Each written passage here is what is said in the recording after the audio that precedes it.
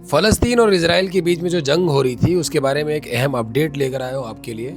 सबसे पहले मैं आपको बता दूँ कि जो एग्रीमेंट हुआ है, ये एक फ़ेज़ का एग्रीमेंट हुआ है, जो आपको स्क्रीन पर ये आपकी स्क्रीन पर रहा वो फर्स्ट फ़ेज़ जिस पे एग्रीमेंट हुआ है कि यहाँ पर इस एरिया को इज़राइली फ़ोर्सेस खाली करेंगी, जहाँ पर ये हम लाल एरो से निशान दिखा रहे हैं। ये सारा एरिया जो है, इसको इज़राइली फ़ोर्सेस जल्द से जल्द खाली करेंगी। डोनाल्ड ट्रंप की तरफ से भी ये दबाव डाला जा रहा है कि आप इस एरिया को बहुत जल्दी खाली कर दें। अब बात रही इस दूसरे हिस्से की, ये जो पीला एरिया जितना भी है जिस पे हमें गोल सर्कल से दिखा रहे हैं, इस एरिया पर कोई गारंटी नहीं है, कोई एग्रीमेंट नहीं है कि हमला होगा, नहीं होगा। इजरायली फोर्सेस ने इस एरिया को अभी भी अपने कब्जे में रखा है। फ़र्क इतना है कि पहले जहाँ पर इजराइल बग़ैर किसी दबाव के, बग़ैर किसी शक व शुबा के बहुत बड़े-बड़े हमले कर देता था, अब उसको ये बात दिमाग में रखनी पड़ेगी कि हमने एग्रीमेंट कर दिया है, अब हमें अपने हमले रोकने पड़ेंगे।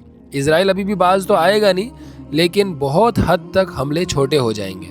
बहुत सारे फ़ायदे भी हैं और बहुत सारी चीज़ें अभी होना बाकी है। सुनने में एक चीज़ ये भी आ रही है कि रेड क्रॉस की जो टीम है वो गाज़ा में एंटर कर चुकी है।